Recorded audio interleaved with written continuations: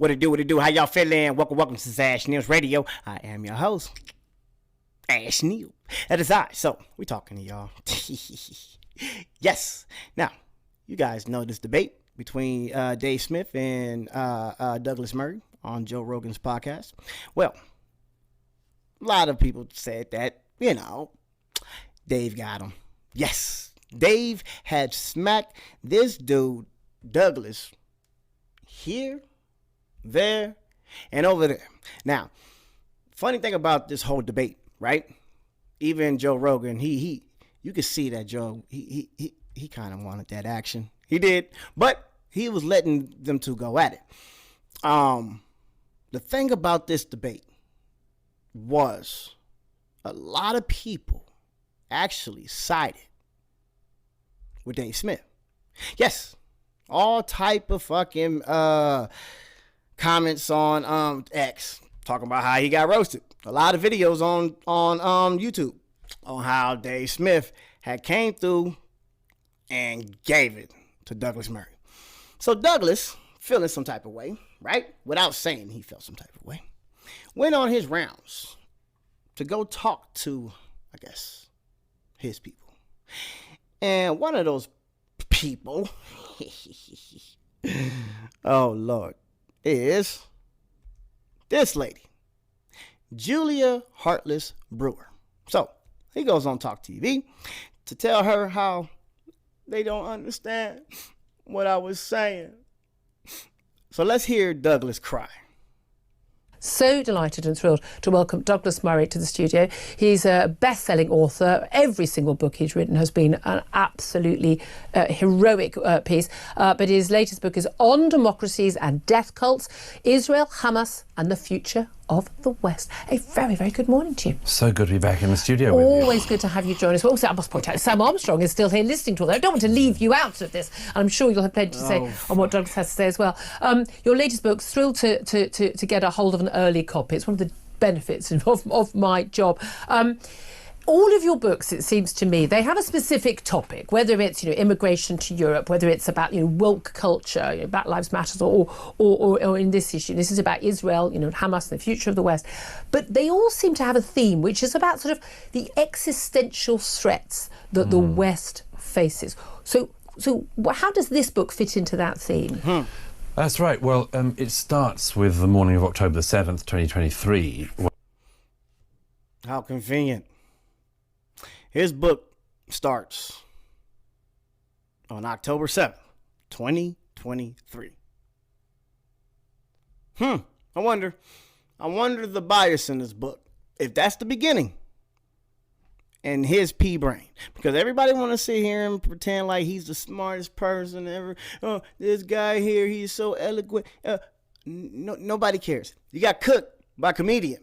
And now you're trying to, I guess, get your credibility back by telling everybody about this book that you felt the conflict in Gaza started on October 7, 2023. Let's hear you. Let's hear him cry. Let's hear him. When 1,200 terrorists invaded Israel, 4,000 terrorists invaded Israel, killed 1,200 people. Just think of 4,000 terrorists who killed 1,200 people. Mind you, this is a year and a half later, and Douglas, maybe I give him the benefit of the doubt that the book was written before all the news came out, but Douglas said that 4,000 terrorists came over and killed 1,200 Israelis, right? Well, I guess information came out where Israel killed a lot of those Israeli citizens. A lot of them were actually IDF soldiers that were just on leave. But the Hannibal directive clearly says that Israel's allowed to do the shelling they did because they didn't want any hostages being taken by Hamas. So when it came out and the numbers was shown that a lot of those civilians, that 1,200 number, was more like 400. Hamas killed almost about 400 or 500, and the Israeli shelling killed the rest. So your book is already starting off with, I guess, lies. About that, I mean, 4,000 terrorists is an army. They slaughtered 1,200 Israelis in their homes. And now remember, he's right. 4,000 Hamas members is an army. Keep that in mind. Army. The dance festival, the Nova Party.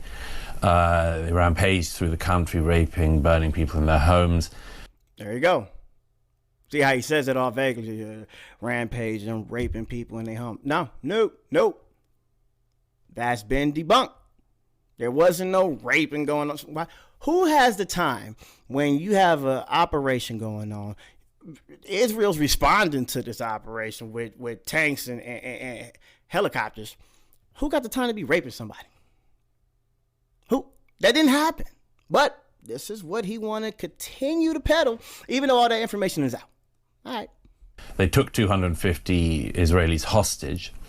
And if you do that by proportion of the British population, that's many thousands, something like 20,000 British people being killed in a day and thousands being kidnapped.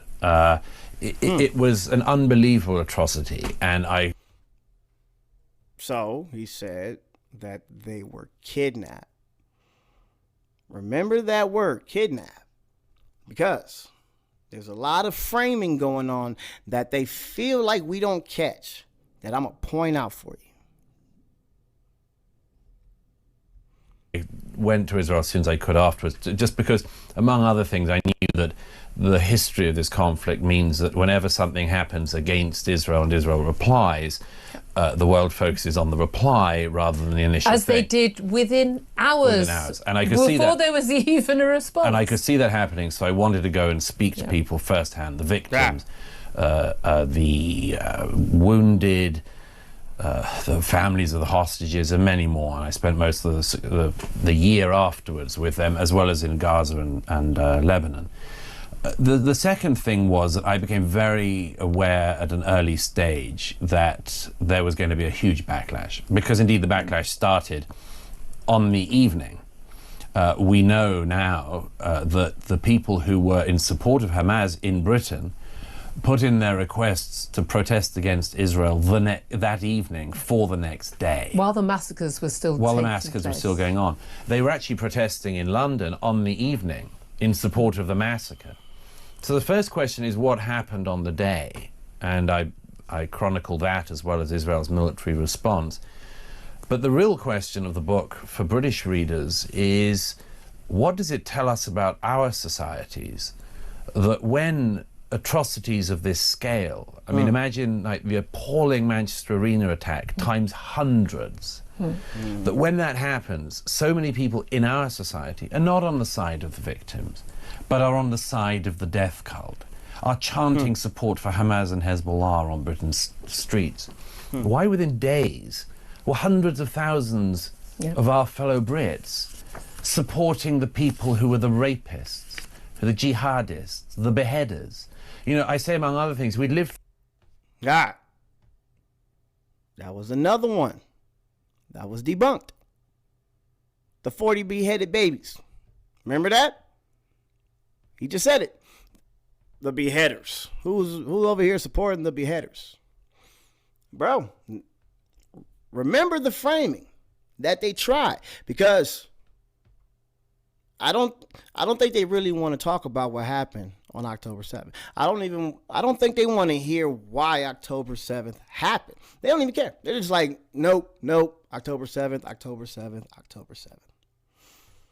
But remember all these debunked claims that he keeps peddling to support his narrative. Through this 10 years of believe all women, but as a recent report showed, only about a quarter of British Muslims who are young believe there were any rapes or murders on the day.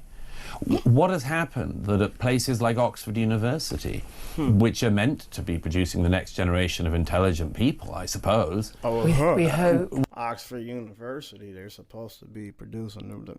Bro, stop. That doesn't work. No, they're waking up. They see the propaganda. Don't go over here, start crying, oh, why are so many Brits leaning towards Hamas? No, they're not. They're leaning towards the Palestinian people. And that's what Dave was saying. The way you were talking about how everybody who's pro-Palestinian is pro-Hamas, so therefore they have no valid claim. Like, bro, it's not working.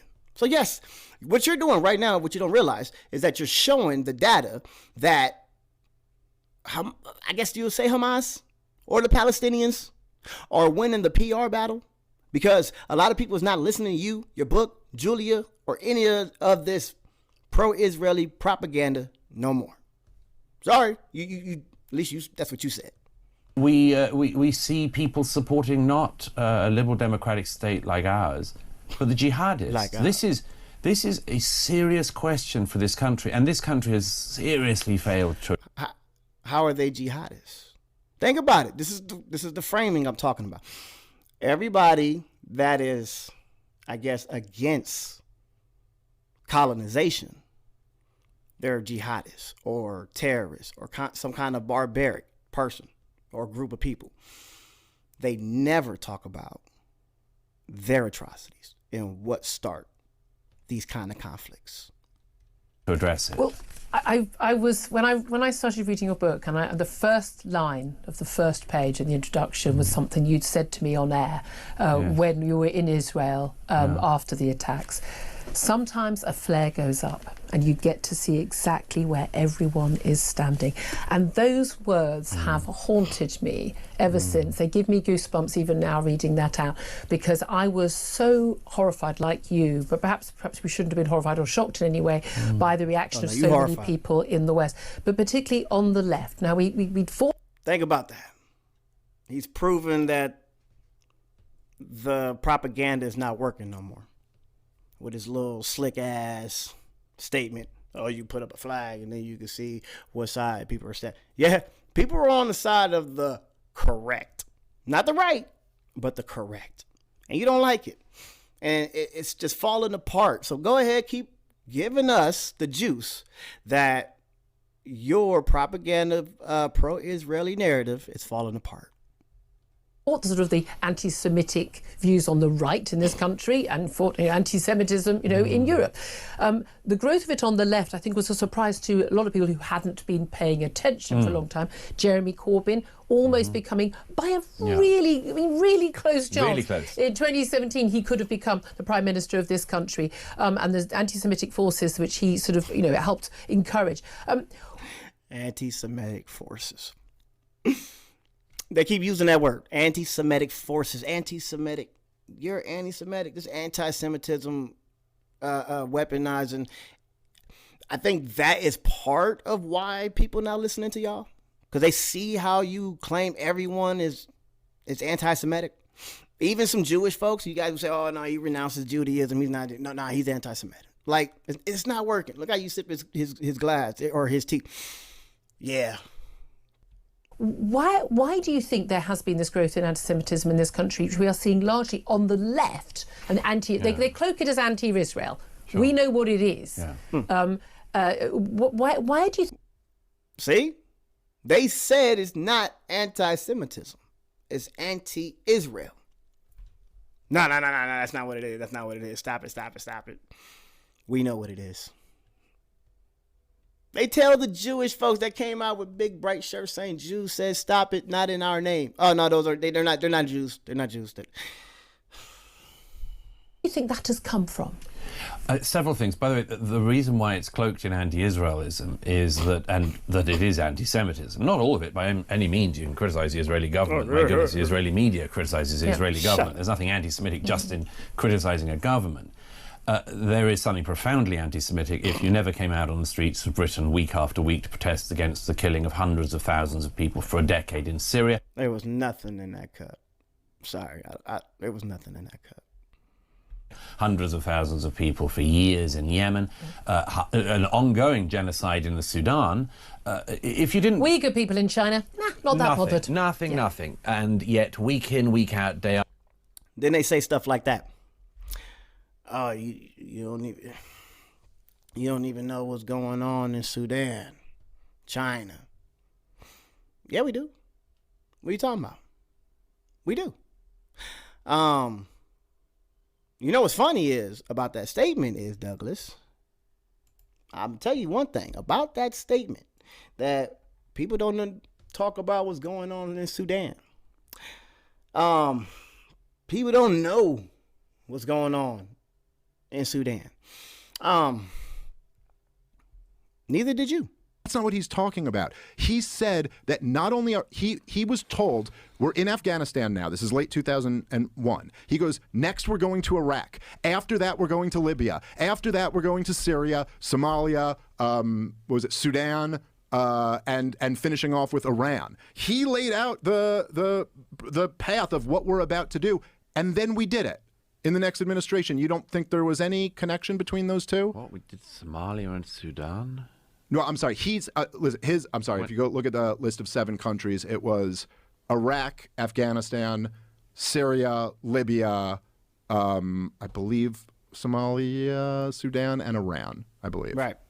Why would America want to do any of those things? See, this is what I'm talking about. First, he ain't no shit about what was going on in Sudan. He's over here on Joe Rogan like, well, why would America do that? But then he's on Julia's show talking about, oh, yeah, well, they don't even know what's going on in Sudan. Bruh, I'm telling you, the dude is a joke. He's a joke. He's a clown. And to be honest with you, I'm glad he got his ass handed to him. Real shit. After day, our city centres get shut down by the anti-Israel mob. By the way, the thing about anti-Semitism, as I say in the book, is that it's a shape-shifting virus. It can come from right, it can come from left, it can come from people who accuse the Jews of being religious and people who accuse the Jews of being too secular. It used to be the case that anti-Semites attacked Jews for being stateless, rootless cosmopolitans, and now Jews. Who criticized the Jews for being stateless?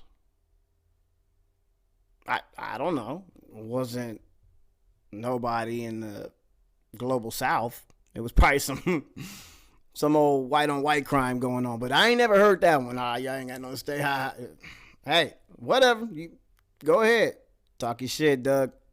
Jews get attacked for having a state. So that's very clear to me. What's interesting about the question you ask about right and left on that is we know what right-wing anti-Semitism looks like broadly. There are people who describe themselves as anti-Nazi in the sort of far left movements. And you go, yeah, well done, guys. Yeah. Clever in the 1930s, brave in the 1940s, 2020s? But here's the thing. What? If you see a bunch of guys in jackboots and wearing swastikas, then you go, oh, I think these guys might be anti-Semites. But when they come in the anti-Semitic kit of the left, a lot of people don't seem to realize it. Look at the people who've been going around our streets in the last 18 months. Yep. They wear the new left-wing terrorist chic. They wear kafirs. They wear kafirs. Now a kafir is a terrorist piece of clothing. That's why you're losing this PR battle. Hey, y'all might be winning the war, the actual battle. I don't know. I don't have the details. But the PR battle that you just told us you're losing, I can see why. You gonna call a piece of clothing that every Palestinian... They think that they're being separated. Usually, by the way, as Julia, you'll have noticed, they simultaneously support jihad and have a deep fear of the COVID-19 virus. Because the left-wing anti-Semites, they're simultaneously very pro-terror and pretend to be very anti-COVID, very fearful. What they're doing is they're covering their faces because they're cowards. They're bigots and they're cowards.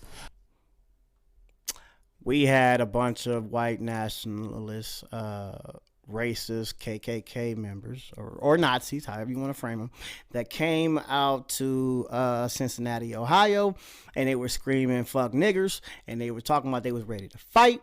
and the police helped them leave the city. Their faces were covered. At least their faces were covered when they were on the bridge. But then they took their mask off when they got to the school where the police was at. But are they cowards? We know they're cowards. But are they terrorists?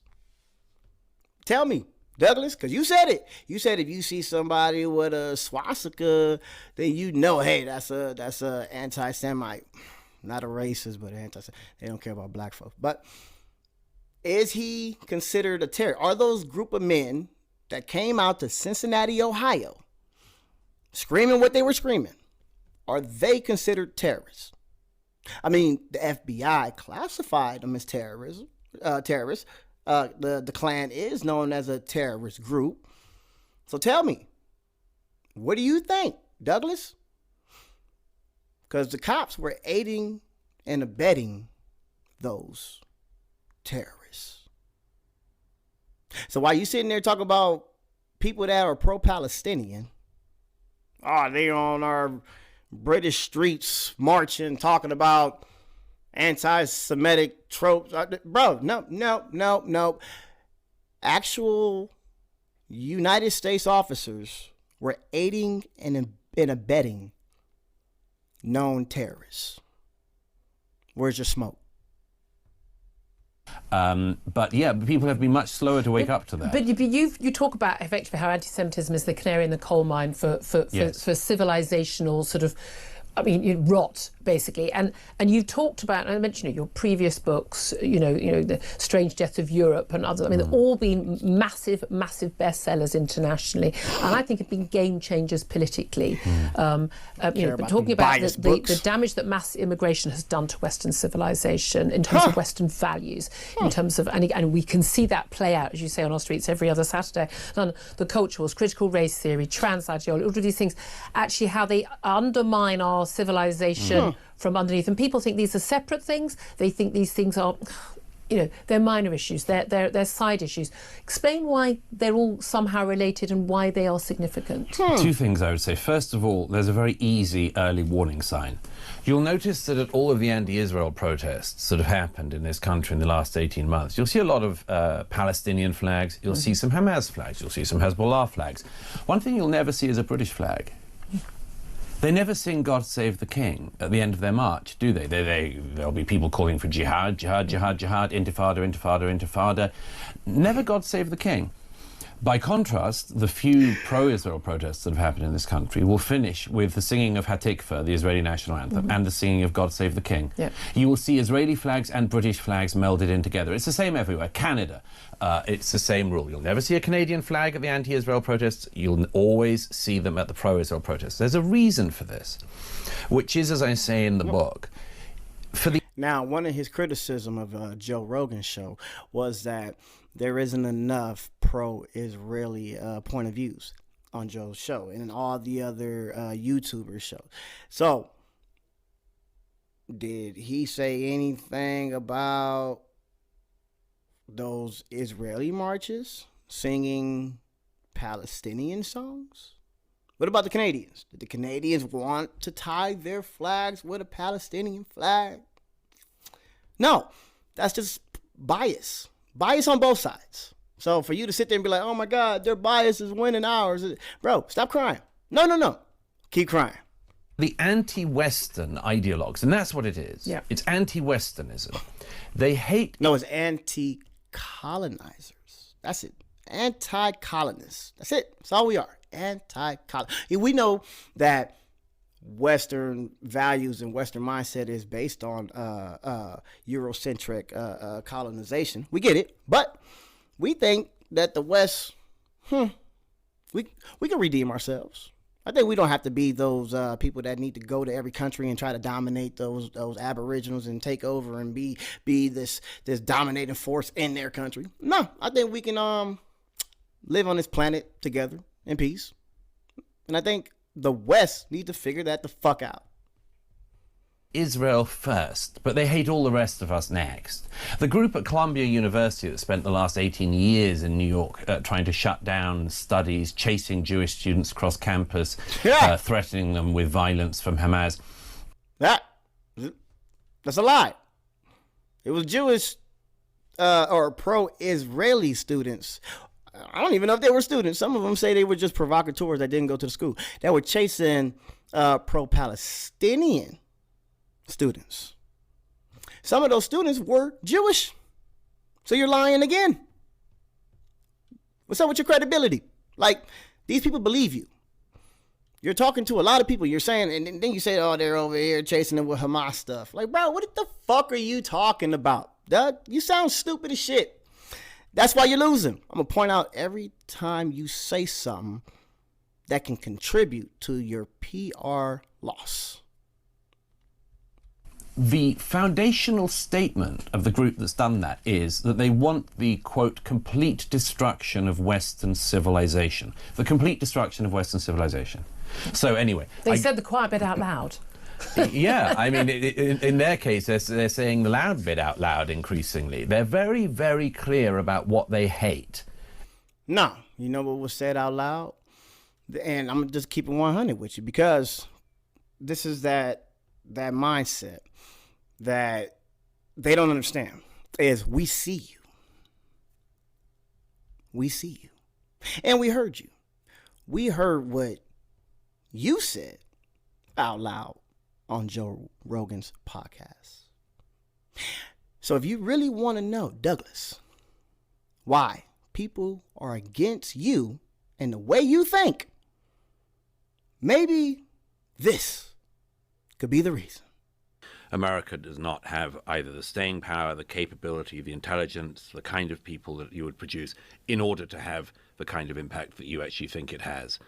American weakness in the Middle East has been, I mean, I say this as somebody obviously from Britain, but when Britain was a dominant world power, she produced the type of person who was keen to go and be a governor of, a stan somewhere and learn the local dialects and, run the civil service. You guys were better at empire than we are. The point is that they produced that sort of person because... Think about that.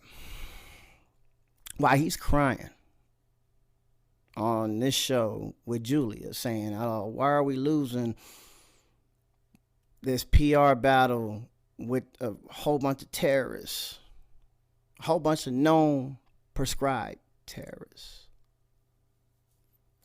This son of a bitch says, America, and I guess because I don't know, we're leading the charge of pro-Palestinians. We're not, I guess America is like more secular and we don't live in that whole biblical world, and we have a lot of people that aren't indoctrinated and they're thinking for themselves. You feel like that is our weakness. You feel that America, building on some form of humanity and getting away from this white colonial mindset, it's a sign of weakness. This is what he said. Great Britain used to produce this, and he called it a she.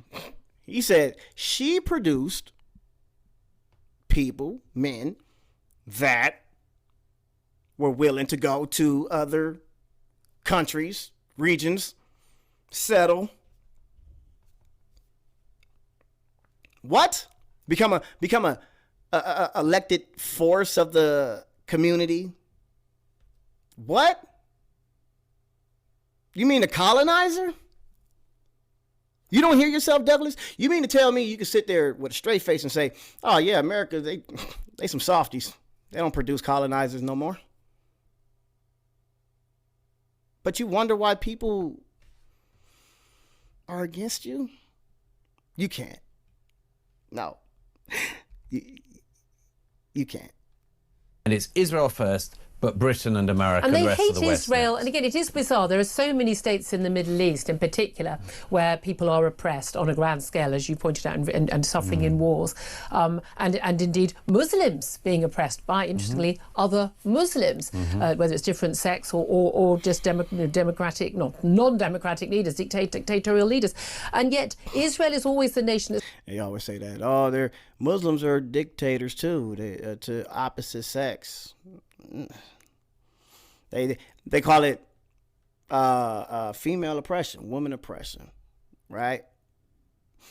And I think it's the Western mindset that they don't understand that they have, which create this image of women that they feel the rest of the world should have.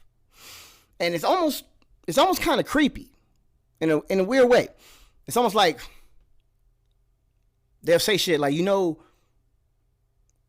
that's oppressive to tell women what to wear. You have them all wrapped up, telling them they have to be all wrapped up. I'm like, no, that's their way of running their country. Think about it. Even Muslim women that come out into America, they would say shit, to them. If they still wearing their hijabs and stuff, they would say shit. You're in America now. You don't have to wear that thing on your head. And it's weird to me. It's almost like they're saying, why are you being all wrapped up? You can show your legs, show your cleavage. You ain't in that Muslim country no more. It's like, why they can't have a value of their women to where they don't want them to walk around with their cleavage showing. I mean, think about it. America, the 19th Amendment wasn't a unanimous decision, but that we ain't gonna get into that. But we have laws behind women attire. We do.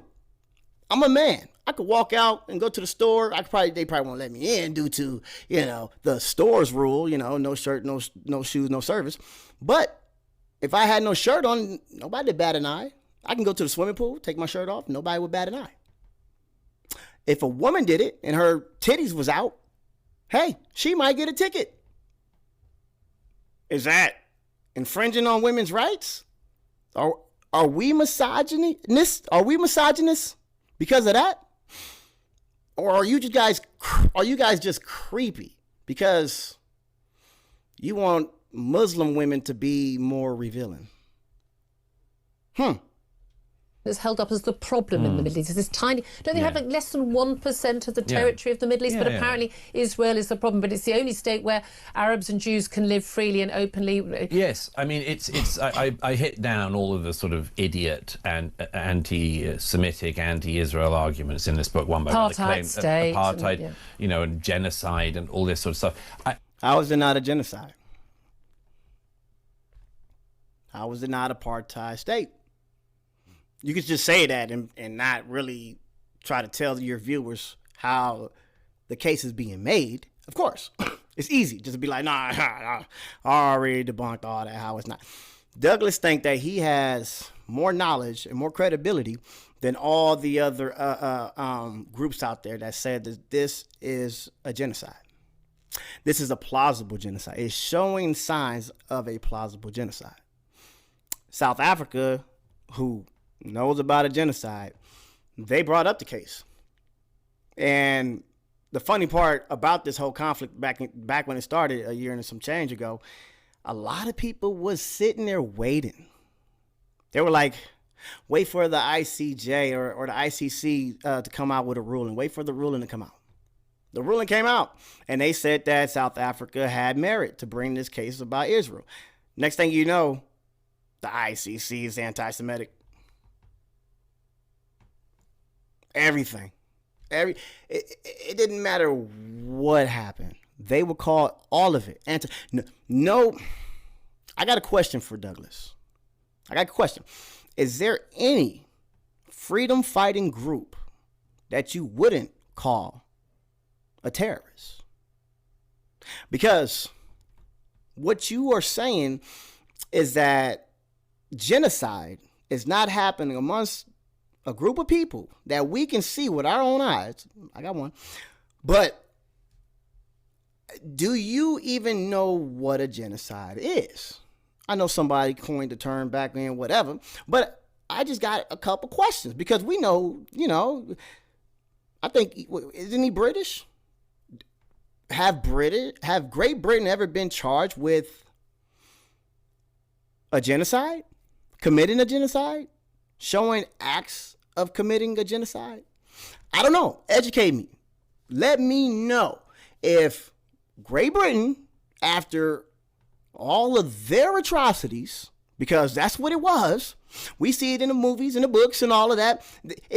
The key phrase back then for the indigenous people was, the British are coming. The British are coming. And I don't know. I think in Douglas' head, he feels that was more of a peaceful kind of statement for the indigenous people. They thought that, he felt like they were happy that the British were coming. No. People knew you guys were colonizers from the gate. So when they fought back, of course you would call it terrorism. But when you kill a whole group of people, like you guys did the Tasmanian people, after pretending like you wanted to be friends, slaughtering every single one of them, have you guys been charged with committing a genocide? Do you even know what the fuck a genocide is? And what's going on in Australia and the Aboriginal people? Because I'm going to say it like this. Because I don't know, I haven't looked into it, but if Great Britain was never charged for committing a genocide on the Tasmanian people, then I don't give a fuck about what you think the definition is. I don't. All of it is fallacious, all of it's untrue, all of it's a libel. But it comes on to the second thing I wanted to say about that, which is, what is it that about Israel gets under their skin so much? One thing is, of course, is that among Muslims in the UK, as a great enemy of mine, Mehdi Hassan, once said in 2013, in a moment of rare truthfulness, he said He said Mehdi's an enemy. Remember, this is all about framing. Mehdi is an enemy of his. Column in the New Statesman that anti-Semitism is, quote, our dirty little secret in the Muslim community in Britain. He said, every Muslim reading this will know what I'm talking about. It is, quote, rife and commonplace. Now, I believe him. I believe him on that. Yeah. There is a vast reservoir of anti-Semitism within the Muslim community here, and that's what's driven a lot of this. But in the Middle East, what irritates so many Muslims is that here is this tiny, tiny state, and founded in 1948, it's done incredibly well. It's thriving. It's multiracial, multi-religious. It has, as people have observed since the 50s, made the desert bloom. Standard of living is higher than its neighbors by a long way. And the neighbors notice this, and instead of thinking, how can we be more like them, think,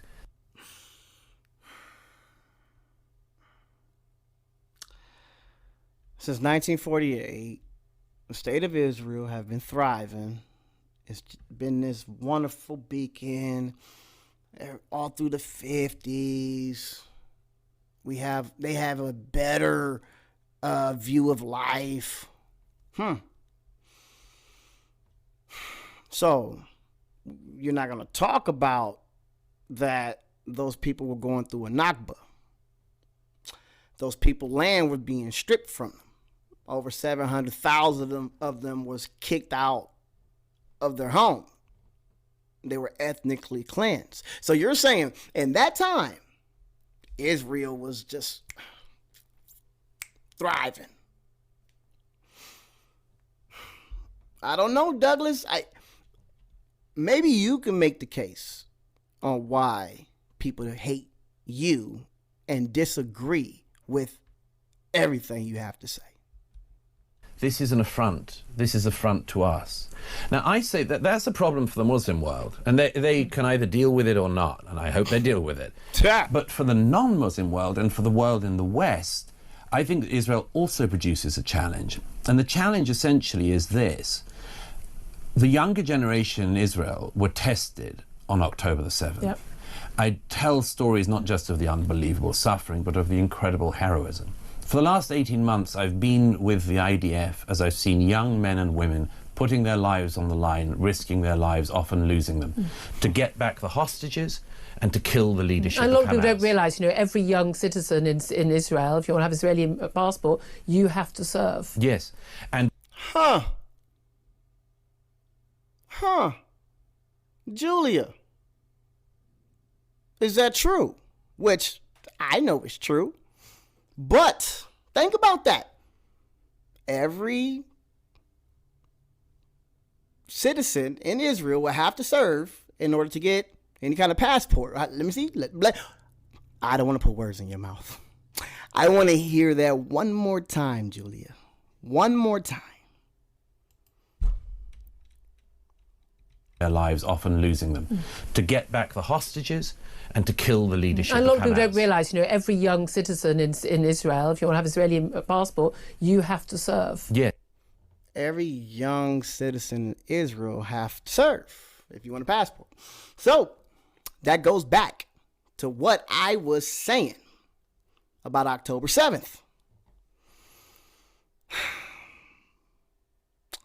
If every person at that festival, which we know there was 1,200 people that perished, you can try to fiddle with the numbers and say that Hamas killed all 1,200, but we know that's not true. So, of the remaining people that weren't killed by Israeli shelling, how many of those people served before or was going to serve in the future? Because you just said every young civilian has to serve. Think about it. Put this in perspective, because remember, this is his book. This is Douglas' book. He's starting on October 7th, right? Mind you, in 2023, before October 7th, in 2023, over 200 Palestinian women and children were killed by the IDF. Killed. Douglas didn't say nothing. Piers Morgan didn't say nothing. Nobody said anything. But the Palestinians did. They've been raising hell, going to the UN. The Palestinian Authority been writing to Israeli authorities saying, "Hey, what is going on with this sudden uprise?" Because there was an uprise in Palestinian death from 2022 to into the beginning of 2023, before October 7th. And all they talk about is the 1,200 that lost their life during Hamas's military operation. So explain to me. Go ahead. Explain to me, because I know there's going to be people with ears poking up. Oh, my God, he said a military operation. Me, personally, I'm educated. I'm sorry. I think it was a military operation. And you guys are proving that it was by telling me most or not all of the civilians, the children in Israel, will have to serve. How are they all not legitimate targets? Tell me. I'm listening. How are they not? If this is because I hear a lot of these motherfucking pro-Israel supporters that talk shit every time we bring up some dead Palestinians from prior to October 7th. They would say shit. Oh, this is war. This is an ongoing war. This is an ongoing war. This is an ongoing war. So when Hamas responds and they come out with a military operation, how is it terrorism? How is it terrorism?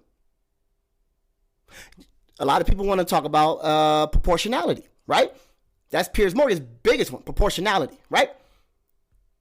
Tell me, out of the rest of the 1,200, because we know not all of them were killed by Hamas. Out of the rest of the 1,200, how many of those were militants, right? that died. We're talking about the ones that perished.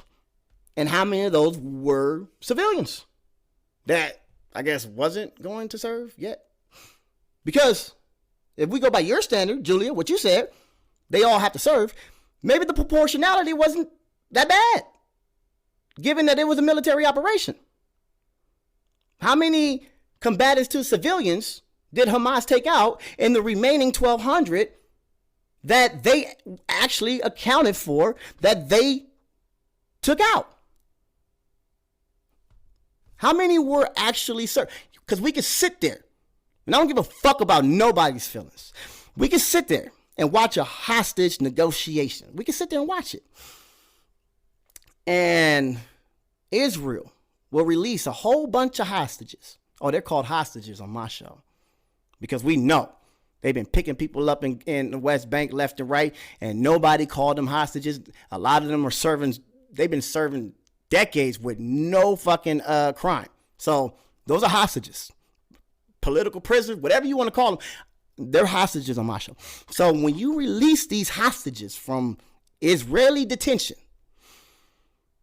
how many of those people do we see that you show have on military gear?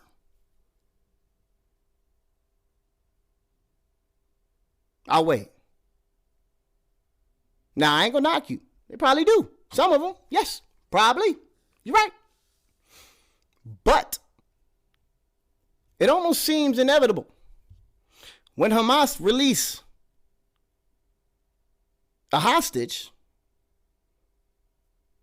they are a militant. They are an IDF soldier. Go ahead, Douglas, and tell me that those weren't their uniforms when Hamas brought them out looking all happy and smiling and kissing the Hamas members. But those were IDF soldiers that were being released during a hostage exchange. So, how is it terrorism? How was October 7th a terrorist attack if most of the hostages and the parish were militants or were getting ready to serve? Yes. And by the way, it's a tremendous bonding thing for the country. It really knits the country together. I've been with Druze soldiers, Arab soldiers, Jewish soldiers. But for me, one of the reasons why this book is actually sort of optimistic in the end is that I believe that the people of Israel in the last 18 months have faced an unbelievable trial, and that they have come out of it showing us a good example. And what I mean by that is the young men and women of Israel, in the IDF in particular, have shown that when your country is at threat, when your people's future is at threat, you fight. Now, this country, we have these polls that have come out in the... Sorry, you guys had to fight, or Israel had to fight in court the Orthodox Jews, because they wanted them to fight because their numbers were running low. So they wanted them to fight because they needed the upper hand on this war. Not too many people agree with this war, Douglas. And the young folks in Israel, they're realizing it. They see when a hostage comes home, tries to tell their story, and they are vilified. When they're trying to paint Hamas in a positive light, oh yeah, you guys would demonize a hostage that's been in captive for a year or so. So we're not listening. Sorry, we're not. Last year and a half, asking young Brits whether, between the ages of 18 and 40, if we faced an existential threat in this country like our forebears did, would they step forward and fight? And a minority of young British people said they would. Now, I think that's because our young people in Britain have been demoralised and demotivated. They've been told that we don't have any heroes. Yeah. They've been told that Churchill's the bad guy of the 20th century. They've been told we're slavers and colonialists and much, much more. Where's the lie? Where's the lie? So wait a minute. You guys are trying to whitewash British history in Britain? Douglas! Everybody know you guys were colonizers. Come on, y'all try to smuggle drugs into China, and that's the only place you haven't colonized yet, because China was on your head.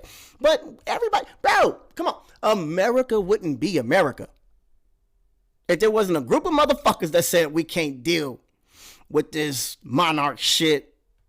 So let's go over and try to start our own land, our own nation in a whole new land.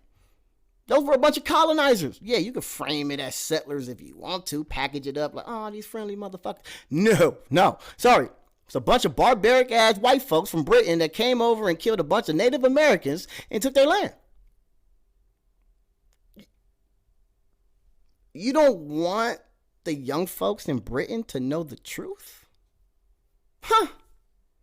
We've been lied to about our own past, and we've been lied to deliberately. And the aim is to demotivate British society, just as the aim has been to demotivate American society. But here's the good news.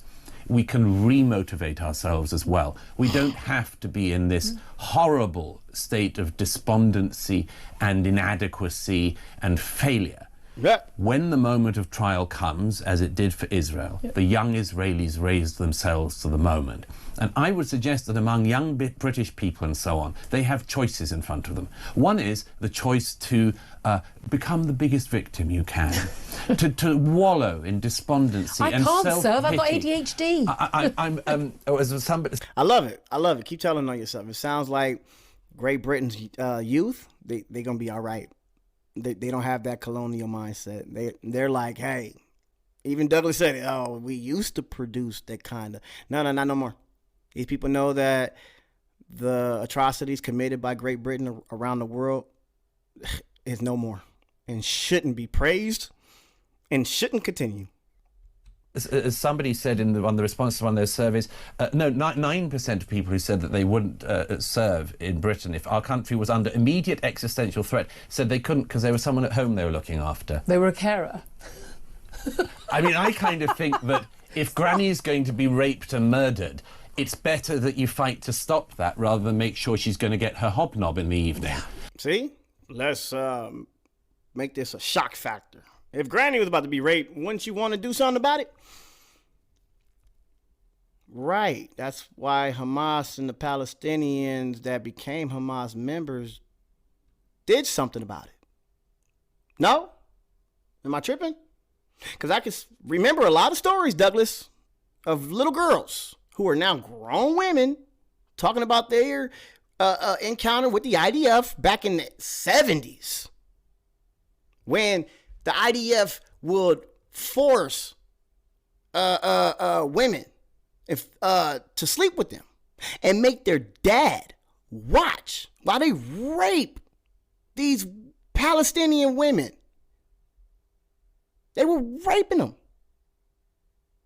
And you got the nerve. I remember a story where an IDF soldier tried to make a Palestinian father rape his daughter. These are actual stories of the atrocities that Palestinians have to go through or had to go through and still probably go through today, because we know that you hate that term concentration camp, but we know what it is. We know that the facilities out there in Israel that you are detaining these innocent Palestinians in, they're not fucking vacation homes. They're not. You could try to frame it and be like, oh, how is Gaza a concentration camp? Nobody is keeping them from... No. The innocent Palestinians that you guys are detaining and locking up for indefinite time, you're putting them in concentration camps. So when Hamas goes and do a military operation and they say, well, we want our family home out of your concentration camp, oh, that's how they get a victory. While Israel's sitting there saying, we're going to keep these people indefinitely, Hamas says, no, you're not. Give us our innocence. And the young folks in Britain, they understand it. They're like, oh, we didn't know all this was going on prior to October 7th. Now that they're realizing it, they're saying, hey, I I guess we did have hand in this and that and the other in the past, so this one right here isn't sitting too well with me. Even Great Britain's youth is not their ancestors. I mean, this is preposterous thinking, and we've been encouraging it. We've been encouraging victimhood, and we should be encouraging courage and bravery and pride. Young Israelis felt there was something, it was existential and they needed to fight, and when the call came, they were not found wanting. Yes. I would still nevertheless worry about given where we are with our many young people and indeed many older people in this country. What do you think also in terms of the West found wanting, in terms of Western media in particular, BBC, Sky News and others, their reporting of this war, so different from their reporting of, say, Ukraine or indeed any other war? Yes. Are the American and British bid to oust ISIS, for instance? Yes. I don't remember seeing every single report every day, the exact number of children who had died. In Mosul, and you mentioned the IDF. Now, the stats are very, very clear that the IDF has a record that is second to none in terms of any war ever fought, in terms of the ratio of civilian deaths to military deaths in its warfare, because of so many measures it takes to safeguard civilians. And yet constantly we are hearing about genocide. We are hearing about, the BBC still won't call Hamas a terrorist organisation. Some people claim it's a terrorist organisation, they say laughably. What do you make? Only you guys call them a terrorist organization. And again, I ask you, what freedom fighting group did you ever support while they were fighting for their freedom? Name me one. Make of how Western governments, how Western media has been found wanting? Several things. One is they fail to understand the nature of war. They completely fail. I see. These are hard-bitten war reporters, some of them. Some. See? Some professional war reporters, they even call it, yeah, they nobody. They don't know shit either. I'm Douglas Murray. Who the fuck are they? But they completely misunderstand the nature of war.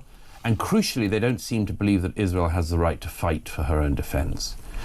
I've been in Ukraine as well since the conflict began in 22. I was there again the other week. When I come back from the Ukrainian front lines, everybody I speak to in the West wants to know how the Ukrainian army is doing and whether they're pushing back the invading armies of Vladimir Putin. And our leaders are, whether you agree with it or not, are in lockstep with the Ukrainian government because Ukraine was invaded by a barbarous army. Well, Israel was invaded by a barbarous terrorist army. And just as I don't find it hard to be on the side...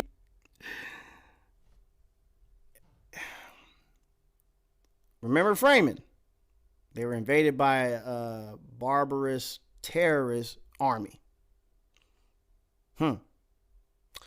He can concede that they are an army, but they're terrorists.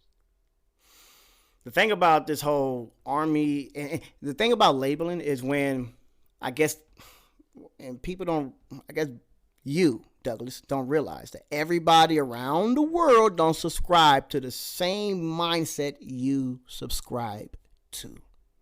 That white Eurocentric mentality. You guys feel that if you're not a state, then the hell with you. So anybody that you have that tries to fight or have a gun in their hand, that's not a legitimate military. That's not an army. Who are these 5,000 people with ARs, rockets and shit? That's a terrorist group. You guys aren't even a state. You can't be a state. We didn't make you a state. We didn't give you permission to be a state. Mind you, we ain't even got to go into the beginning of the Balfour Agreement back in 1917 when Britain was supposed to, when they promised the Palestinians what they promised them and did not give them what the fuck they promised them. Douglas, we don't have to go into that. But you think, since these people did not become a state according to your standards, that the defense group in this place is not an army? They're terrorists? No, they're a terrorist army. Gotcha. Of the Ukrainian people when they're fighting to liberate their homeland. I don't find it hard to be on the side of the Israeli people when they are seeking to liberate their homeland from jihadist terrorists. And the other thing is, quickly, of course, what you hear from the BBC types is, but maybe the Palestinians are just asserting their right to self-determination. You know, there's lots of ways you can get a state. The Jewish people and the Zionist movement from the 19th century onwards showed how you get it, how you get a state and how you make it survive. Told you. Told you. The Zionist folks from the 19th century showed us how to get a state, keep it, maintain it. They stole it. Colonizer? What?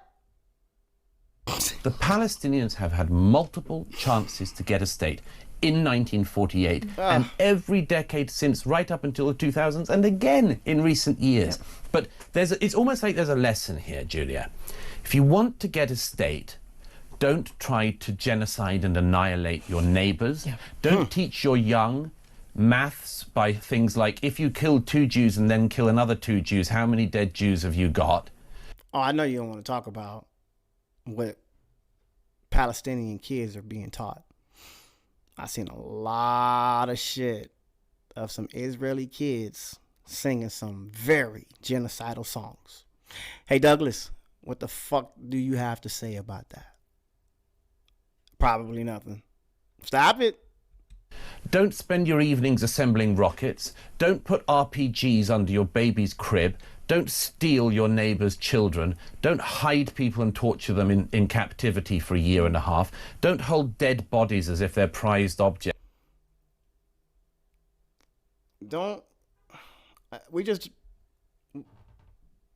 We know that Israel has been kidnapping their neighbors' kids and putting them in detention centers that are concentration camps. And they've been doing it for decades. Douglas, when do the Palestinians have the right to fight back? That you can hand out in swap for terrorists who are being held in Israeli jails.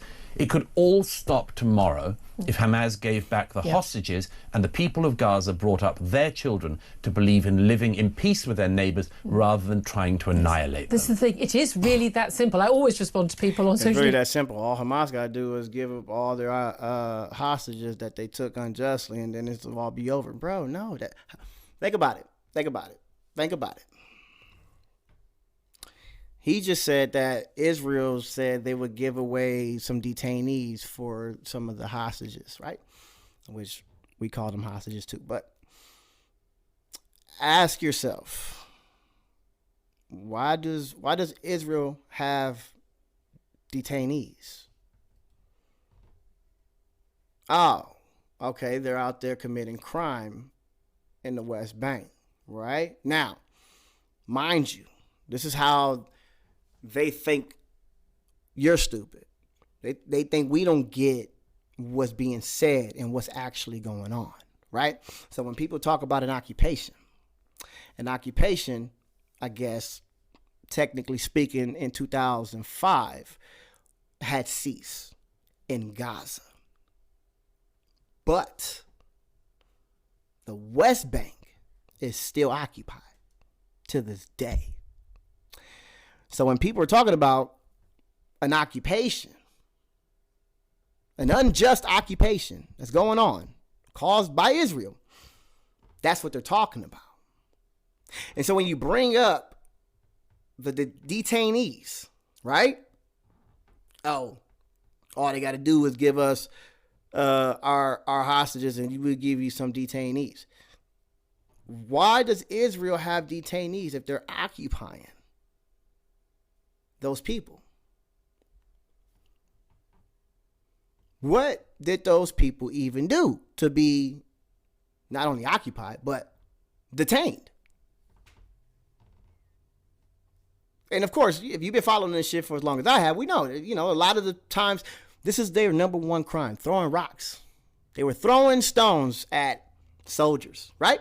Throwing stones at soldiers. Now, a lot of people want to say that the West Bank isn't occupied either, but if you're throwing a rock at a soldier, either you ran all the way to a military base, got through the motherfucking security with a big ass stone, and you just chucked it at a whole bunch of servicemen and women running around.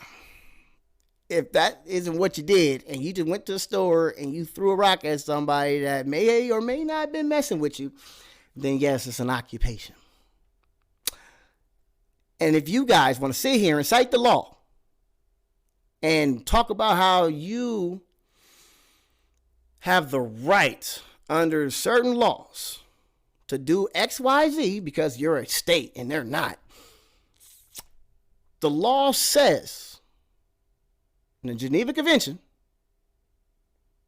that you can resist your occupier. That's what it says. It says clear as day that people that are being occupied can't resist their occupier. So that goes back to my question. Why does Israel have detainees if the people they're occupying are allowed to resist? I'm sorry, Douglas. Everybody isn't as dumb as you want them to be. They're not. They know this shit started before October 7th.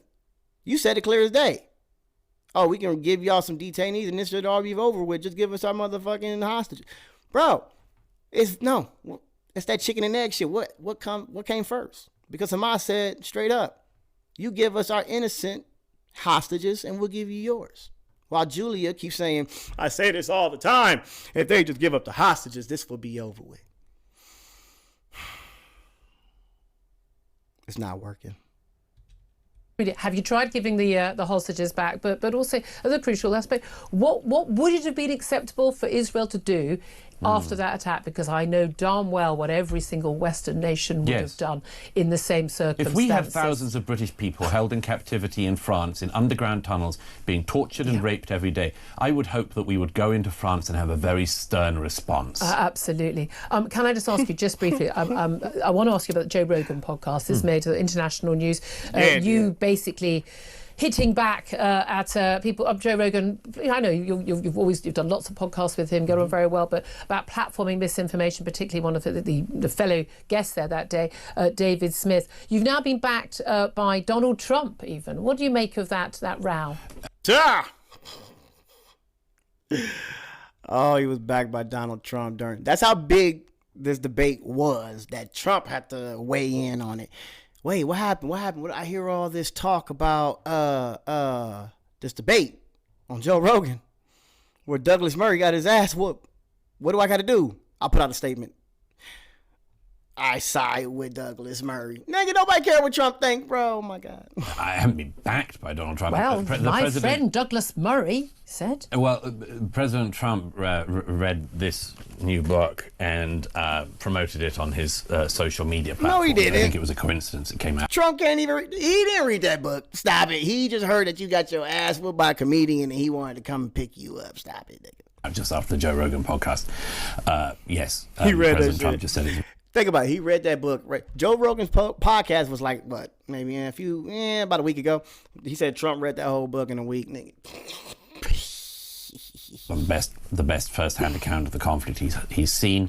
And he knows the work I've done for the last 2 years covering this and seeing it with my own eyes. 2 years. Could you do one? I've been covering this shit for at least 7 years when Gaza was getting smaller and smaller. And I remember a lot of motherfuckers shadow banning me. I had homies telling me, hey, these are veterans that would tell me, Ash, you can't be putting so much of that Palestine stuff on your page because they'll flag it and you know, you got a family and all. I'm like, what, nigga, whoa, bro, I'm just covering shit where, you know, I see some people are being oppressed. And then when Donald Trump took land by moving the embassy to Jerusalem, oh, bro, I was livid. I was all on fucking Facebook. Man, look at this shit.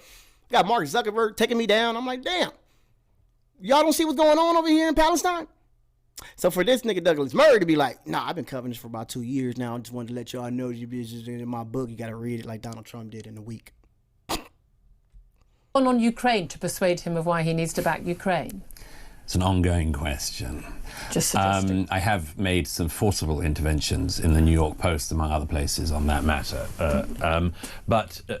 The Joe Rogan thing, it's interesting. It seems to have sort of blown up. I don't really keep an eye on that kind of thing, but I gather some people just don't understand the point I was trying to make, which was... Some people. Nah, nigga, you got your ass whooped. And everybody agrees that you didn't know what the fuck you was talking about. Look at how you talk. You're very unrelatable. Because I was trying to make this point of it. Nigga, stop with that fake ass trying to make this extra fucking important and serious. Bro, the gig is up. We get it. You're a joke. Sorry. I love Joe. He's a friend. But for the last 18 months, 2 years, he's had almost no voices in who are supportive of the Ukrainian people. Only people who just talk about Ukrainian corruption are much more fine to talk about. But at some point, it looks kind of one-sided. Yeah. Same with Israel and Hamas. He's invited all these conspiracy theorists on, and I'm afraid I just don't think he's invited enough people on with the other side, with the other view. With the facts. And the one I really mind... With the facts. Which I... See? That's what I'm saying. With the facts. That's how Julia said it. Now, I did a video where Julia slipped up because Julia was talking about the 40 beheaded babies early on. She was the one really peddling that shit. Then when the 40 beheaded babies got debunked, we was hearing Julia continue to say it. And then they start just like leaving the number out and they just said beheaded babies, right? So I did a video one time because Julia was on with somebody and this lady called her out. She said, Julia, you used to talk about the 40 beheaded babies. And Julia really think either some Nelson Mandela effect or people are just that stupid or we forgot. She gonna say clear as day, I ain't never said nothing about 40 beheaded babies. I've never said that. I never claimed that it was true. So I went back and found the clip when she said it. And I put it in the video. And I'm like, this is the kind of shit that people with her credibility is spewing to her audience when it's a blatant lie. So if I heard her sit here and be like, oh yeah, well, they don't allow nobody with the facts to come on the show, you ain't got no facts. And neither did fucking Douglas. And Douglas got his ass whooped, and that was one thing he was saying. He was saying that he didn't like the fact that because you're not a historian, you shouldn't be talking about these issues. That's what he said to Dave. And it got to that point where a lot of people was questioning his professionalism and if he's an expert and if he's allowed to talk about certain things. I just think that is not at all an accurate way to describe the disengagement, which we could get into more if you want to. But first of all, I would just point out that if the two-state solution was achieved, I assume you're arguing it was taken away after that. You're not still arguing that the Palestinians have a state, or are you saying they have had a state since 2005? They were given a state in Gaza. And when was it taken away? Well, they kind of screwed it up for themselves on the 7th of October. So you're saying from 2005 all the way till October 7th, there was a two-state solution. It had been achieved. Well, it was another state, yeah. Oh, okay, but that would be two states then. No, it was another state. It was different from the PA. Okay, right, but... What are you talking about? Julia, this guy right here, the person with the facts, what the fuck is he talking about? Let us know. Let us know, because Douglas don't even realize what he said. He's saying, "Oh, there was a state. We gave them a state when Israel pulled out in 2005. Palestinians was given a state. Okay, so why can't they have a military if they are a state? Right? But I'm saying a Palestinian state. Yeah. Okay. So what's interesting about that is that this is not how any of the leaders really describe it. I mean, when Netanyahu himself is not claiming that they had already achieved a two-state solution, why are you talking about this? Because they're not stupid. What happened in 2005... If they said that Palestine was a state, then yes, Palestine would have the right to defend itself. Douglas, like, I don't. You're not keeping up. You're like a computer, and you're programmed to talk about that one file back in 2023, 7th of October. And when people come up with other shit, like, hey, you start malfunctioning. You're like, but wait, hold on. Nobody claimed that. Not even Benjamin Netanyahu claimed that Palestine was a state back in 2005. In the disengagement was that essentially Israel went from occupying the place to surrounding the place. And they've had it under a brutal blockade since 2007. And yes, you were right that it was... Why do you... I don't agree the blockade was brutal by any means. You don't think the blockade of Gaza was brutal? I mean, all blockades are brutal. What are you talking about? There's no access to trade. Bro, he learned that he's not as popular as he thought he was. How brutal do you think the Egyptians are? Pretty brutal. All blockades are... They allowed stuff in. I mean, since some stuff has gotten in, yes, that's true. Since more than some stuff. Okay. More than some stuff. Okay, I'll say this, right, because there's been different levels of blockade, even before 2007, going back. I know in 1996, they had like a pretty strong blockade that year. According to the World Bank, it contracted 40% of the GDP of Gaza. So just for reference, the Great Depression was a 30% contraction. This was in 1996. He said 96. Just some food for thought while this guy is sitting there thinking that Great Britain is so great. The reason why we call them Britain and not great, because in 1997, and I don't even want to get into this whole China shit, but I just want everybody to know that didn't know that in 1997, Great Britain gave up all rights to Hong Kong. Gave it to China. So 1996 was a key year for Great Britain because they became Britain in 97. Yeah. For 1 year, they gave them something worse than our Great Depression. That was just 1 year. From 2007 on, there's been a blockade of that country. You don't think that's kept the country poor? Why do you think there's a blockade of any kind? Why is there a blockade? Well, I mean, the argument from Israel would be... No, why do you think? I would say, okay, I think that the disengagement, I think Smotrich was correct when he said that, I'm sorry, my mistake there. I think which another quote that I'm sure you're familiar with, but Dov Weissglaff, who was the senior advisor to Sharon, who was the prime minister at the time, he essentially said the reason we're doing the disengagement, the reason we're doing this is so that we can put the peace process in formaldehyde. This is the reason we're doing it. You're not answering my question. You're continuing to cite very right-wing Israeli politicians. But what do you think is the reason? And then he think that smug shit worked. Bro, that shit don't work with us. Don't give me that. I ask you specific. Bro, calm your ass down. Doug, stop.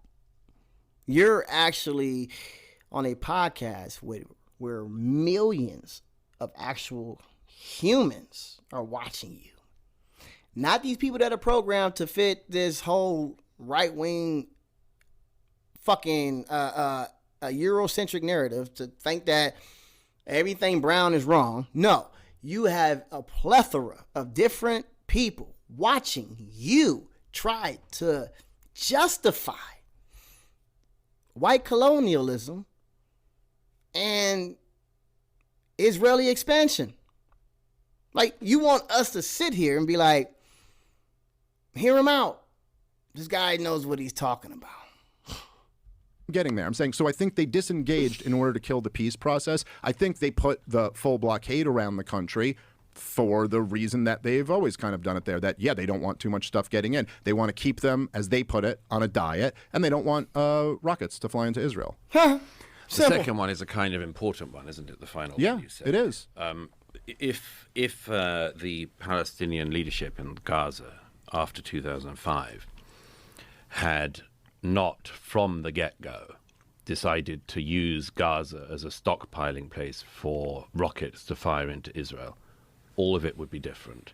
If they had just resisted the temptation that so many of us do in our lives to stop keeping RPGs in our cellars and then Katyusha rockets in our children's bedrooms, all of it could have been different. What? If that desire to live in peace beside your neighbors had superseded the desire to stockpile rockets, it would all be different. You mean the people that just stole your land?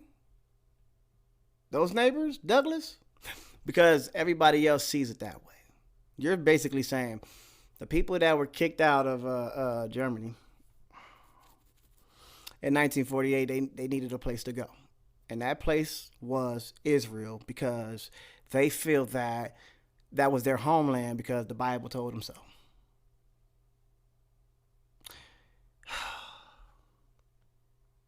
And you're wondering why Westerners are like not with you on that narrative.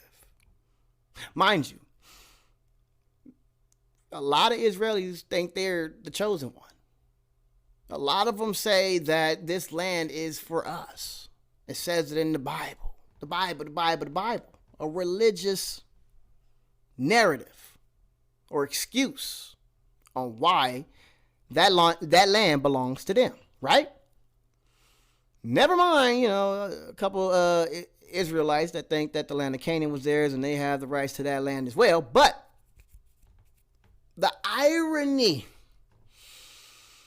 of someone from Britain would not understand why Westerners don't want to hang their fucking excuse or reasoning to support a state because the Bible said so. Mind you, this is America. We have the separation of church and state. So for you to sit here and say, well, no, this is their home. Look, the Bible says it. We don't give a fuck. Not everybody subscribes to that religion. I guarantee you there's some fancy way that I can come up with some type of a First Amendment violation and relinquish my tax dollars to go to something called the David Sling. Because I have a First Amendment right of the separation of religion or church and state. So for you to sit there and not understand why the youth feels like the Bible gives no credence to a group of fucking Zionists that think that that land belongs to them, therefore they can kill off all of these fucking people. It don't work that way in the real world. That you just found out. Everybody's looking at you like, bro, you got cooked. You really think people gonna go for this shit in 2025? No. And that's the whole point of this argument. And he hated when, I guess, regular folks like a comedian want to bring up these issues as if they're a historian. Yeah, or if And Israel what just you hadn't describe occupied as- them for 60 years, it would all be different too. They I mean, weren't Right. why is it, the onus occupying. always They on weren't them. Well, you believe in self-determination, I'm sure. Yes. I believe in individual rights. Yeah, sure. Okay, individual rights. And that includes the right to make bad decisions. Yes. The Palestinians in Gaza, when they voted in Hamas, made a very bad decision. Yeah, of course, And Douglas, in the but years, but- hang on, Yes. hang on. And in the years How are you going to tell someone that the people that it appears that in 2005, the deterrent that was led by Hamas worked?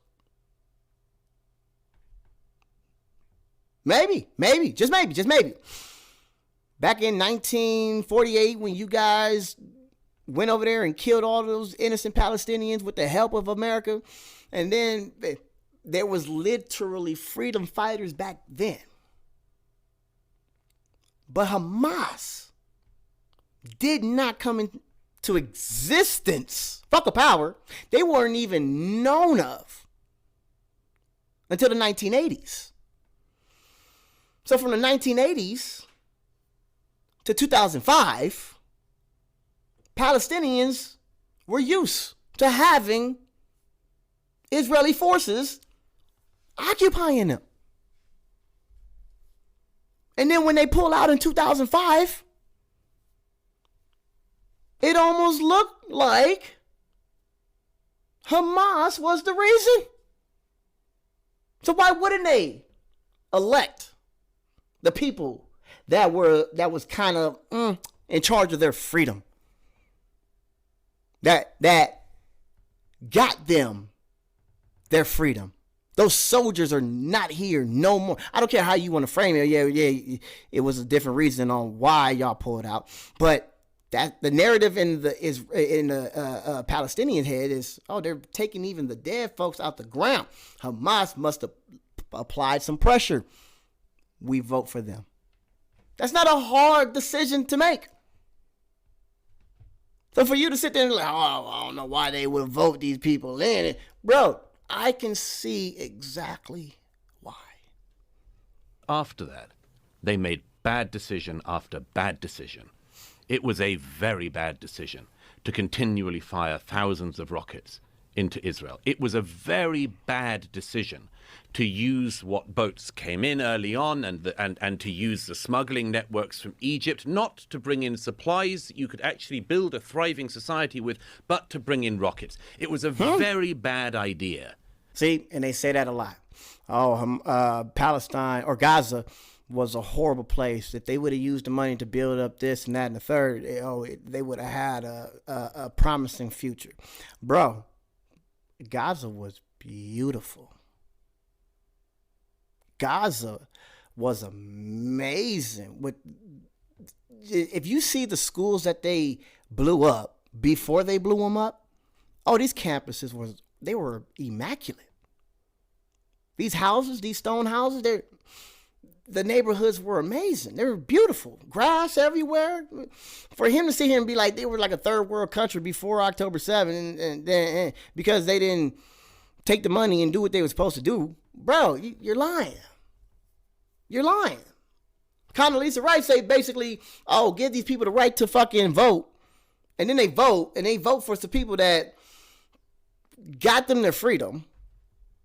And you guys always say they used the money to build these terror tunnels. But if they would have built a military base, how would you have felt? Oh, that shit would have been blown up before the first motherfucking hangar got built. Come on, man. So yes, they felt like they still needed a form of defense. No, there was not starvation in Gaza after 2005. No, there was no deficit of goods coming in. I've been plenty of times. There was no deficit? No, there are plenty. No goods were kept out. There are plenty. How many? Have you been to the crossing points? No. When were you last there at all? I've never been. You've never been? Well, am I not allowed to talk about it now? Right. I've never been to. Have you ever been to Nazi Germany? Are you allowed to have feelings about them? Right. You can't time travel, but you can. But you can travel. Okay, but so what? So what's the point? Like, No, okay. I find that lots of people have been there and agree with me, and lots of people have been there and agree with you. Yeah, but so if I don't you're know going to what spend a year and a half talking about a place, you should at least do the courtesy of visiting it. all right. Really? I just think this is a non-argument. You don't but think? okay. No, I think it's a non-argument. But Non-argument. Will you have to go and touch the ground? To No, be I able think talk you have about to it? see. I think it's a good idea to see stuff, particularly if you okay. spend a career talking about something. Yes. I have a journalistic rule of trying never to talk about a country even in passing unless I've at least been there. Oh. Okay. It's but that's sort of not normal. It's a normal thing. But that doesn't make you right. Just because you booked the flight don't make you right. You were wrong about the 40 beheaded babies, and you claimed that you were there. You seen it with your own eyes. I'm sorry. We don't give a fuck. To do. You're talking about crossing points And not only have you never been to a crossing point in either Egypt or in Israel, but you've never even been to the region. So? Okay. Again, I think this is a non-argument. I don't understand. No, it's not a non-argument. Yeah, it is. It's not a non-argument if It is. you're insisting that you're an expert of some kind, or not claiming you're an expert, but still talking about it, about the provisions going into Gaza or not, if you've never seen any of this going on. So you're not That's allowed to amazing speak to about me. things that you've read about. You have. You can only speak about things that you've seen with your own eyes. You can talk about what you want, as Don't you're seem like proving. But that is a different matter from spending an awfully long amount of time talking about an issue in a region you haven't even had the courtesy to visit, whilst developing all of these views about it. Think about that. Douglas feels like, because he hasn't been there, he shouldn't have a. He didn't say that you can't talk about it, but whatever you say shouldn't be valid because you've never been. That's what he says. Leave it to the professionals to talk about this. They've been. Well, Douglas, there's a term called whitewash. And the credibility on the people that's been on the ground, it hasn't panned out that well. Especially when we can read shit and it doesn't line up with what you're saying. Then actual historians could say, hey, no, this is not how it happened. And you could have a debate and say, no, this is how it happened, yada, yada, yada, yada. And if a whole bunch of people start leaning towards the normal Finkensteins of the debate, you feel like they are getting the wrong scoop and they shouldn't be talking about it. That makes no sense. Like, we should be able to, especially if my tax dollars is going there. Mind you, I'm going to say something, because Trump endorsed what this idiot had to say on Joe Rogan's podcast. Let's put in perspective this Gaza-lago that Trump is talking about, right? Or was talking about. I bet you he ain't even thinking about it no more. But let's just put it in perspective. Gaza-lago, paid for by the American people, right? Now, we all know American people, we're struggling. We ain't got no money to be even planning vacation trips to go to the neighboring country, let alone Gaza. So for Douglas to feel like a place that we haven't been yet because maybe he couldn't afford to go, or it's in war times and we can't go, but we can still send our money to the people that are destroying it. He feels like we should shut the fuck up. We should shut the fuck up. Think about that. Gaza-lago. Dave, he'd never been to Gaza. I don't know why. That was just his decision. But a lot of Americans haven't been to Gaza. A lot of us. Maybe 90% of us. None of us can talk about it. But our president is trying to build a paradise there for imagine a paradise paid by Americans who can't afford to ever see it. Or talk about it. Ha! I mean, now I slightly get an idea of where you're coming from. You've read about this blockade, and so you imagine that that's what it is. I imagine you've read all the people who say that Gaza was a concentration camp, and you probably think that too. Am I right? I mean, again, it literally a concentration camp. It shares a lot of similarities, I would think. Wow. Well, As I say, you can't time travel Let's go back to the back to the Nazi block- era. let's but go you back to could the go blockade. to the Middle okay. East and actually visit it. Okay, It's the not World hard to World do. Bank said in 1996 for the Now one the year of the libertarians blockade. are quoting the World Bank. I love it. It doesn't mean anything. This is a non-argument. Yes, I'm saying the World Bank did their own analysis of this, and they said that it was Why a don't 40% you do of your the, own analysis? Hold on.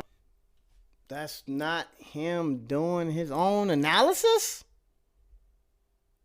You're horrible at this, Douglas. Wait a minute. You just said that you can't time travel. So you can't go back in time to visit Nazi Germany.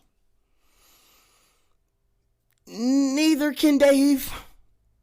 Dave can't go back to the origin or when the blockade started and see how much economic pain it brought on to the people of Palestine or the people of Gaza. But he can read what was said by the World Bank. What? Something's wrong with you, bro. Oh, I see where it's coming from. You just read something. Yes, stupid. Stupid. Hey, where'd you get the 40 beheaded babies from? Did you go to fucking Gaza while there was a military operation happening and people were fucking running for their lives and you hand counted all the beheaded babies? And when you got to 39, you seen somebody over there, you like, I gotta be 40 of them. Did you see that or did you read that? Because you keep on regurgitating it as if you seen it. Talk to me. You got to stop interrupting Okay. and let him finish I the will. sentence. the Fire away. World Bank said that 40% drop in the GDP of 1 year due to the blockade. And there's been a blockade from 2007 on. So are you saying that this hasn't had an economic effect? Is that the argument? Is that what you're saying? Of course it'll have an economic effect. So you're saying you have to be on the ground and do an audit of the blockade No. in order to be able to I comment think on you it? should at least know what it is, what the territory is, what the situation is in the region. Yes, absolutely. And the only We know what the situation is. You guys had occupied a territory from 1948 up until 2005. And when you left in 2005, you couldn't just leave these people free.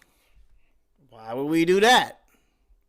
So, yes, a blockade was built to control what went in and out of the place. That's not rocket science. Like, the only rocket scientists might be Hamas. Oh, not like that. But if your argument is that the blockade was built to keep rockets from coming into Israel, it's not high enough. It's not. So they had nothing to do with it. It was literally to control what went in and out.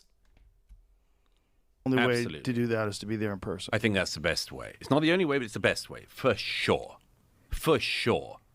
If you have never seen the countries in question, you've never spoken to the people in question, you've never interviewed anyone, you've never gone around, you've never... I've spoken to Palestinians that live in Gaza, and I've spoken to IDF soldiers. Should I not take like some kind of assessment and be like, all right, what he said did corroborate with what she said, but he just don't like what she said, but it doesn't mean that she was lying. We can't use that, I guess, anecdotal evidence to come up with some kind of scenario or some kind of view in order to spew to our viewers and say, hey, this is kind of fucked up. I heard that this was happening, this was happening, this was happening. I also read that this was happening and this was happening. You're saying, nope, sorry. If you ain't never stepped your foot out there, you need to shut the fuck up. Nigga, you shut the fuck up. never seen the terrain, and so on, and you've used Wikipedia. I'm sorry, no, Huh? that's not the same thing. Okay, well, I've not just used Wikipedia. Yeah, you but tried didn't it. you write a big piece when the war in Ukraine first came out, titled something like "I've been to Ukraine and they can win, they can repel the Russians"? So you could go there and still get it wrong, right? Nah. No, I was with you. Douglas, oops, sorry. That's that computer again. Like, you wasn't like programmed to be ready for that. Wait, hold on. Who told this nigga that I wrote that shit back there? Yeah, I did write that shit. Ah, shit. Hold on. Let me come up with a deflection. Ah! Right? Shut up. Because it obviously doesn't matter if you are on the ground with your own analysis, not a third-hand or second-hand account. Your first-hand account, you were over there with your eyes peeled on the situation.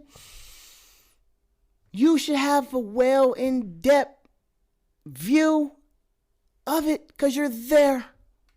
And you still got it wrong. Ah, shut up. The Ukrainian armed forces in 2022 when they were retaking territory from the Russians. Right, the last time they had any advances, yeah. Yeah, right. I said I can see how they can win, which would be advances like that, yeah. You said if we just fund them, or if we just arm them, that they can then I said repel. that the Ukrainian army was making great successes, which it was when I was reading the fall of 22. Okay, listen, there were lots of people who went to Iraq and said we'll be greeted as liberators and we'll be paid for in oil and democracy will spread through the region. Exactly. So I don't know, either take on the arguments or don't, but I... Exactly. And that's what people think you got your ass for. You couldn't handle the argument. And people noticed that. They said it.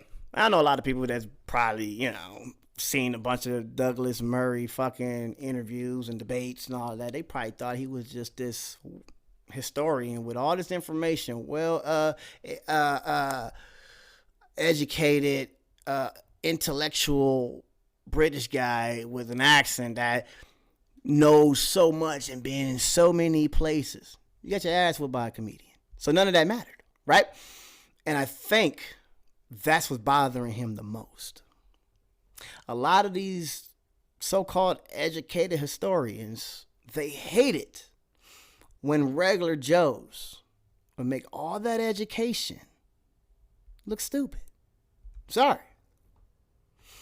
And I watched the whole interview, and there was some times where he would say, leave it up to the professionals. Leave it up to the historians, the ones that have been there. And I just want to ask Douglas, because I've heard some stories that the people there said didn't happen that way. But the USS Liberty, I heard, or read, that was an Israeli attack on an American ship. I read that. There's a lot of professionals and historians that were there at the time when I wasn't, and they all say that's not what happened. But there's a lot of evidence to state and claim that it did. So we don't care about y'all whitewashing anything. We don't give a fuck if you need to keep your narrative, the dominant narrative, and you're mad that people are learning all this other fucking shit that we can fucking learn because we have access to the internet. Y'all can keep trying to scrub the internet and ban books and burn books and all this history that is out there for people to realize that y'all been fucking lying for centuries. Then I'm sorry. We're not going to listen to you or anybody like you.